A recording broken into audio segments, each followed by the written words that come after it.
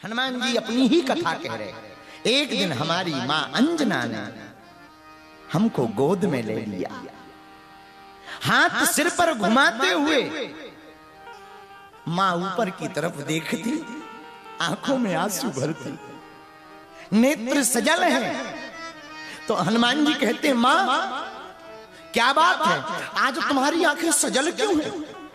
आज तुम्हारी आंखों में जल क्यों है? आज तुम इतनी विचित्र क्यों दिखाई पड़ रही हैं? क्या बात है? और आपकी आंखें भरी हुई क्यों हैं?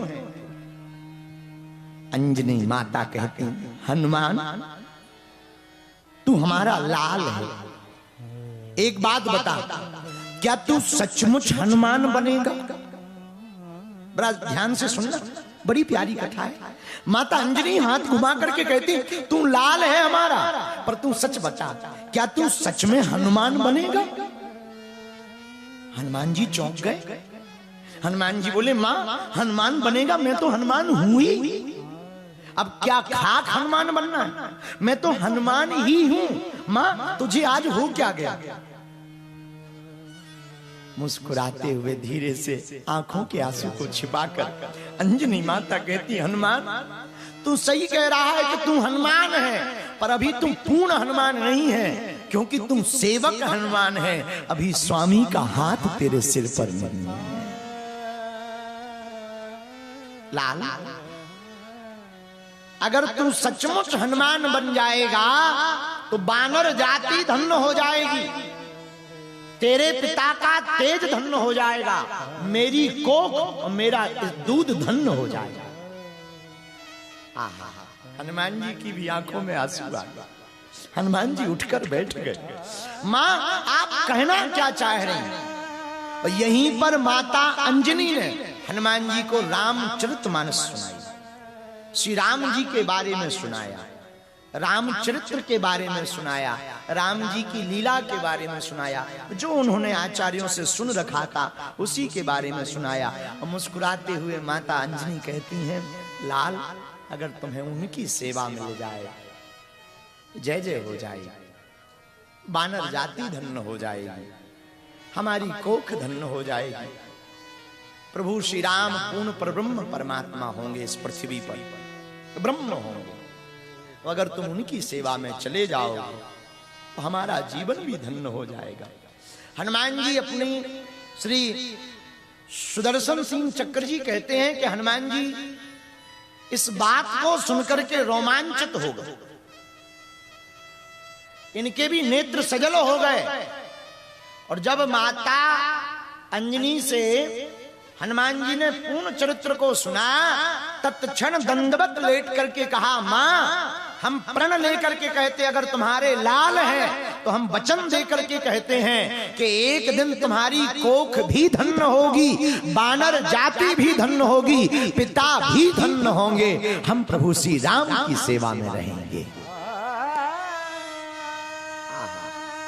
माता अंजना प्रसन्न हुई। यहां पर एक सावधानी आपको रखनी होगी। माता अंजनी ने जो राम जी का चरित्र सुनाया वो श्री राम का पूर्व कल्प चरित्र सुनाया। इसका बहुत सावधानी रखनी कि कौन से, जब राम जी का अवतार ही नहीं हुआ तो फिर कौन सी राम कथा सुना दी? तो रामायण सतकोटि अपारा, ये राम जी जो हम लोग राम जी के बारे में पढ़ते सुनते हैं, एक बार अवतार नहीं हुआ राम जी का। जब संकल्प पढ़ते हैं आचार्य विद्वान, तब वो कहते हैं अष्टाविंशतितमे कलयुगे, यह 28वां कलयुग है। 28 बार द्वापर हो चुका, त्रेता हो चुका, मतलब इतने ही बार में पूर्व के कल्पों में राम जी का अवतार हो चुका, रावण का कई बार वध हो चुका। वह पूर्व की कथा माता अंजनी ने हनुमान जी को सुनाई है। इसका बहुत सावधान रखना है। तब हनुमान जी कहते, मां आप भी धन्य होंगी, वानर जाति भी धन्य होगी, यह हमारा सौभाग्य होगा कि हम रघुनाथ जी की सेवा में रहेंगे। एक बात बोले, राम जी चरित्रवान है, मर्यादा पुरुषोत्तम है। किसी का चरित्र गड़बड़ हो तो राम जी के चरित्र को समझना चाहिए। किसी को अपना चरित्र सुधारना हो तो राम जी के चरित्र को जीवन में उतारना चाहिए। राम जी जैसा महान चरित्र द्वितीय नाश। पूज्य स्वामी अरुण स्वामी जी विराजे हैं। हम आपको एक बहुत प्यारी कथा सुना रहे राम जी के चरित्र की। जब लंका में, बहुत बार सुना चुके हैं शायद, एक बार लंका में जब राम रावण का युद्ध हो रहा था और राम जी ने जब रावण को मार दिया तो रात के समय, रात्रि की उस चांद की चांदनी में राम जी और लक्ष्मण जी बैठे। लक्ष्मण जी थोड़ा आगे चले गए, राम जी शिला पर विराजमान हैं। उसी समय पीछे से एक छाया आई, किसी के आने की आहट हुई। राम जी ने उस छाया को देखा, लगा कोई स्त्री आ रही है, और स्त्री की छाया को देख करके राम जी खड़े हो गए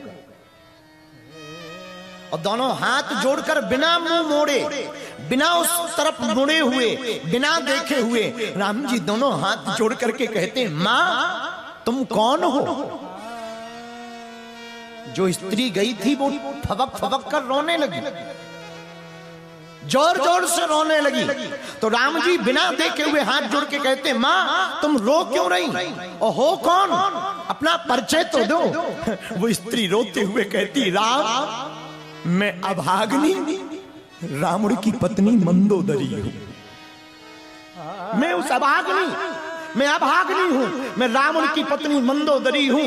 राम जी मुस्कुराते हुए और जरा गंभीर स्वर में हाथों को नीचे करके कहते, मां इतनी रात को क्यों आई तुम? रावण का तो वध हो गया, वो तो दिन में वीर गति को प्राप्त हो गए, तुम इतनी रात को मेरे पास क्यों आई हो? मां क्या बात है? कोई संकट है क्या तुम्हारी ऊपर? कोई दिक्कत है क्या? मां किसी ने तुम्हें सताया है क्या?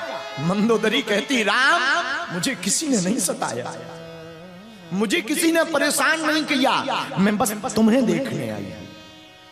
राम जी कहते, मां मुझे क्या देखने आई? मंदोदरी कहती, राम मैं देखने आई हूं कि वो वीर कौन है जिसने मेरे बलशाली पति का वध कर दिया, ऐसे पति का वध कर दिया जिसके सामने पृथ्वी डोलती थी। बड़े बड़े लोकपति, नृपति, इंद्रपति हाथ जोड़कर खड़े रहते थे। वो कौन वीर है और ऐसी उसमें क्या खासियत है, ऐसी कौन सी खूबी है, ऐसे कौन सी कला है, ऐसा कौन सा गुण है जिसने मेरे पति को मार डाला? राम जी विनयी भाव में कहते, मां बताओ आपने अपने पति में और मुझ में क्या ऐसा अंतर देखा जिससे तुम्हारे पति मर गए? इसका निर्णय तुम ही करके बताओ। मेरे पागलों, कथा का जवाब सुनकर के तुम रोमांचित हो जाओगे। मंदोदरी फूट फूट कर रो करके कहती, राम एक मेरा पति था जो दूसरों की स्त्री को अपना बनाना चाहता था, एक राम है जो स्त्री की छाया देख करके मां से संबोधित करता है। ये मैंने अलगाव देखा, ये मैंने अलग देखा, ये मैंने अद्भुत देखा। राम इसलिए तुम महान हो। मेरे नेपाल के पागलों, तुम्हें गौरव होना चाहिए, तुम्हें गर्व होना चाहिए कि तुम्हारे पहुना श्री राम जी हैं, तुम्हारे पाहुने राम है। वो राम जिनकी मर्यादा की चर्चा रावण करता है, जिनकी विशालता की चर्चा रावण करता है, जिनकी अद्भुतता की चर्चा। मेरे पागल बुरा मत मानना, रावण बल में बड़ा था, रावण कद में बड़ा था, रावण पद में बड़ा था, रावण की लंका सोने की थी, रावण धन में भी बड़ा था, रावण यश में भी बड़ा था, रावण विद्वत्ता में भी बड़ा था, रावण परिवार में भी बड़ा था, बस कमजोर चरित्र का था, इसलिए उसका विनाश हो गया है। यही मैं तुमको कहना चाहता हूं। शायद तुम्हें हमारी बात बुरी लगेगी, पर कथा शिक्षा देती है। मेरे पागलों, तुम कितने भी महान बन जाना, बड़े बन जाना, कद वाले, पद वाले, धन वाले, ऐश्वर्य वाले, सुख वाले, संपत्ति वाले, साधनों वाले बन जाना, पर कभी भी अपने चरित्र को मत गिराना। चरित्र से गिरा हुआ आदमी जिस प्रकार सफेद कपड़े पर गिरी हुई चाय अपने दाग छोड़ देती है, वैसे ही चरित्र से गिरे हुए इंसान का दाग सदा बना रहता है। चाय का दाग नहीं छूटता, उसी प्रकार चरित्र का दाग भी नहीं छूटता। इसलिए मेरे पागलों, तुम्हारा राम कथा सुनना उतना जरूरी नहीं है जितना राम का चरित्र तुम्हारा जीवन में उतारना जरूरी है। तुमने हमारी कथा सुन ली और ताली बजाकर घर चले गए और तुम्हारे जीवन में बदलाव नहीं आया, हिंदुत्व नहीं जगा, सनातन नहीं जगा, तो तुम्हारा कथा सुनना और ना सुनना दोनों समान है। अगर तुमने कथा सुनकर के संकल्प नहीं लिया, अगर तुमने कथा सुनकर के हिंदुत्व एकता का संकल्प नहीं लिया, चरित्र को निर्मल करने का संकल्प नहीं लिया, अपने मन को पवित्र करने का संकल्प नहीं लिया, अपने मन को भगवान में लगाने का संकल्प नहीं लिया, तो तुम्हारा कथा सुनना ठीक वैसा ही है जैसा साउंड के सामने, बॉक्स के सामने कोई भैंस बैठ जाए। इसलिए मेरे पागलों, हमारी बातों को बुरा मत मानना, पर मेरे प्रियजनों, हम हाथ जोड़कर तुमसे कहते, राम जैसा चरित्र दुनिया में कहीं नहीं होने वाला। इसलिए तो तुम्हें गौरव होना चाहिए। लोग हमारे राम जी को तो कोई फल चढ़ाता, कोई फूल चढ़ाता, हम लोग तो उन्हें स्तुति चढ़ाते, श्लोक गाते। तुम लोग तो महान लोग हो, भगवान को गालियां चढ़ाते। नेपाल वाले तो महान लोग हैं, भगवान से ही कह रहे थे आप अयोध्या मत जाओ, पुण्य यहीं रह जाओ। राम जी बोले यहाँ रह करके करेंगे क्या? बोले यहाँ खाने को मिलेगी। राम जी बोले क्या? बोले जो यहाँ खाने को मिलेगा वो अयोध्या में नहीं मिलेगा। तो मुस्कुराते हुए राम जी कहते हैं, यहाँ ऐसी कौन सी डिश है जो अयोध्या में नहीं बनती है? मुस्कुराते हुए यहाँ की सखियां कहती हैं, सरकार यहाँ रहोगे तो ससुराल की गालियां खानी पड़ेगी जो आपको अयोध्या में प्राप्त नहीं होंगी, इसीलिए यहीं रह जाओ। ये पहुना यही मिथिला में रहोना, ये पहुना यही मिथिला में रहोना। अरे जौन सुखवा ससुराली में,